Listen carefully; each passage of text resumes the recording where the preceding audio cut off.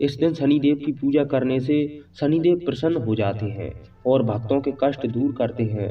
जिनकी कुंडली में शनि दोष, शनि की साढ़े साती या ढैया होती है, उनको शनिवार का व्रत करना चाहिए और शनिवार व्रत कथा पढ़नी चाहिए।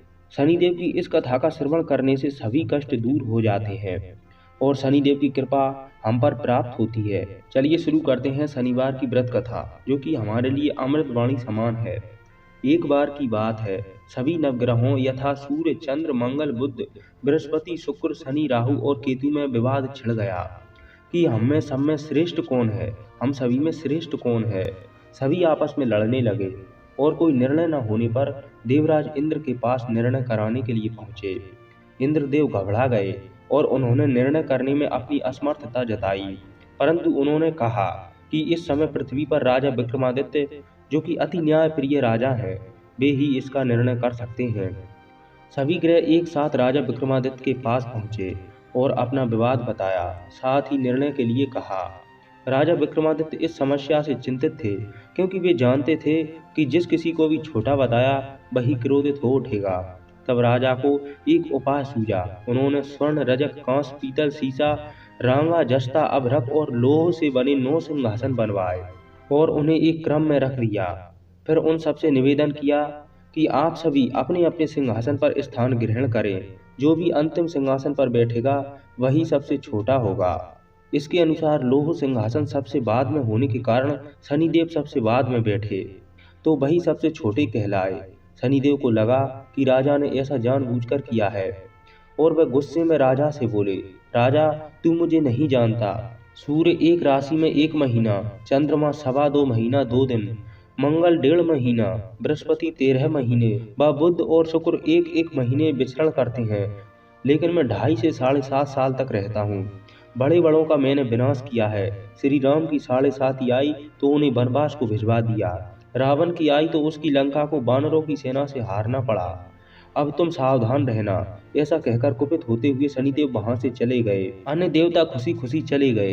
कुछ समय के बाद राजा की 7.5 आई। तब शनिदेव घोड़ों के सौदागर बनकर वहां पर आए। उनके साथ कई बढ़िया घोड़े थे।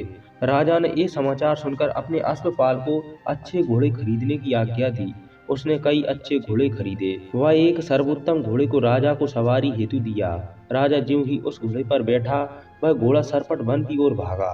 भीषण वन में पहुंचकर वह अंतर ध्यान हो गया। अब राजा भूखा प्यासा भटकता रहा। तब एक ग्वाले ने उसे पानी पिलाया। राजा ने प्रसन्न होकर उसे अपनी अंगूठी दे दी।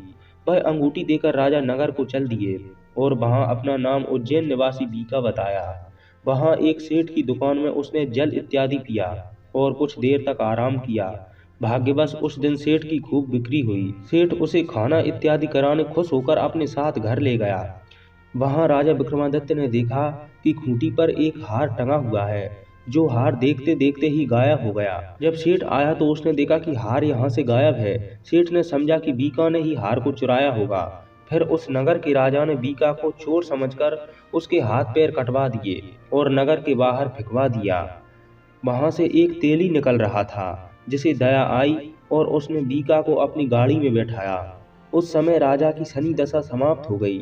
वर्षा ऋतु आने पर राजा मल्हार गाने लगा। राजा जिस नगर में था, वहां की राजकुमारी मनभावनी को उसका गाना इतना पसंद आया कि उसने मन ही मन में विचार किया कि अब वह उस राग गाने वाले से ही अपना विवाह करेगी। राजकुमारी ने दासी को राग गाने वाले को ढूंढने को भेजा।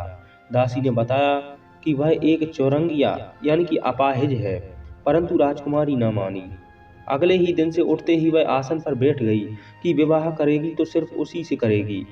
बहुत कुछ समझाने पर भी वह राजकुमारी नहीं मानी, तो राजा ने उस तेली को बुलावा भेजा और विवाह की तैयारी करने को कहा। फिर उसका विवाह राजकुमारी से हो गया। तब एक दिन सोते हुए स्वप्न में शनिदेव ने राजा से कहा, राजन, देखा तुमने मुझे छोटा बताकर कितना दुख झेला है।